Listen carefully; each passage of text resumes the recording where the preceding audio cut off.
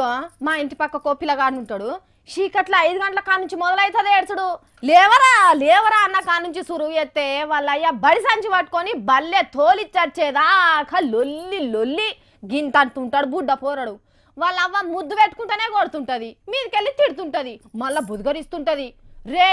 తింటావా తినవురా నా బంగారం కదా నా అయ్య కదా చాక్లెట్లు కొనిస్తా బిడ్డ తినురా రే తినరా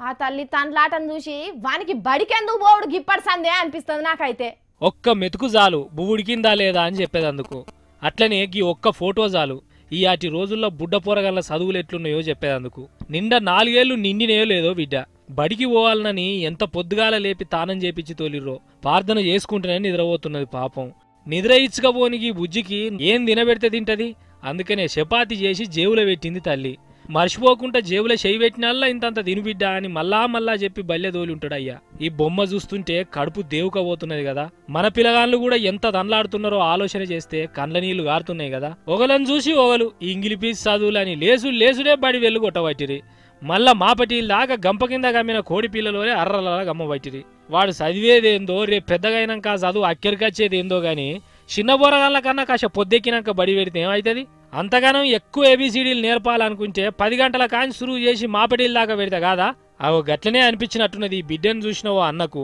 ఎంబడే ఫోటో తీసి కేంద్ర చదువుల శాఖకు కేటీఆర్ మంత్రి సార్కు ట్విట్టర్లో పంపిండు కేంద్ర పోల్ల సప్పుడు లేదు గాని ఏరే దేశంలో ఉన్న కేటీఆర్ సార్కు వాళ్ళ కొడుకు యాదికొచ్చినట్టున్నాడు ఫోటో చూస్తుంటే గుండె వలుగుతుంది పిలగాన్ల తీరు సంబరంగా ఉండాలి గాని ప్రెషర్ కుక్కర్ల పప్పు ఉడకబెట్టినట్టుండే చదువులు ఉండద్దని రాసిండు నిజమే కదనులా మరి కేటీఆర్ సార్ హైదరాబాద్కు రాగానే బై టైమింగ్లు మార్పిస్తాడేమో చూడాలి రాష్ట్రంలో ఉన్న అయ్యవాళ్ళంతా దినాం దలుచుకుంటా సార్ జర జైర్రి మీకు దండాలు